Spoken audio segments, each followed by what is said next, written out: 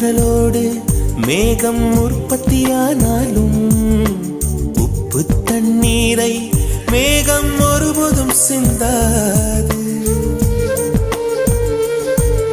மலையில் விழுந்தாலும் சூரியன் மரித்து போவதில்லை.